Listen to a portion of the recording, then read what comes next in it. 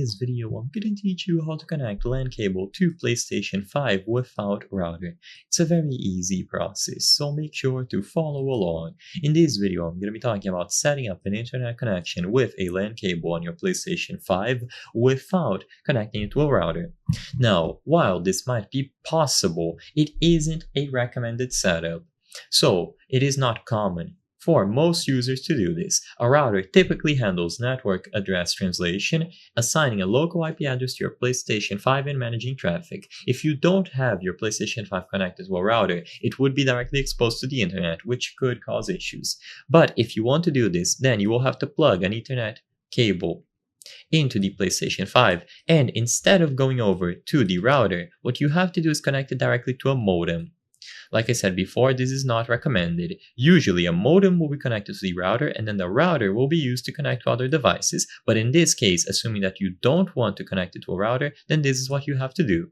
Besides this, if you want to use a LAN cable, but you cannot connect it to a modem, or you don't want to do it through this process, it is going to be impossible. The only other option that you have if you don't want to use a router is to use something like Wi-Fi alongside Wi-Fi repeaters. But of course, in this instance, you wouldn't be using a LAN cable. You would just do a wireless connection, and you would purchase something like repeaters, where they would be able to extend the signal of your router.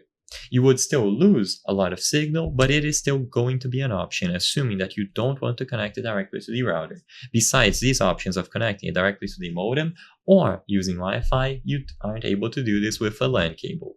After you are done choosing one of these methods, you can go over to Network, Settings, and then Set up Internet Connection. Now choose between any of the Wi-Fi networks or set up wired LAN.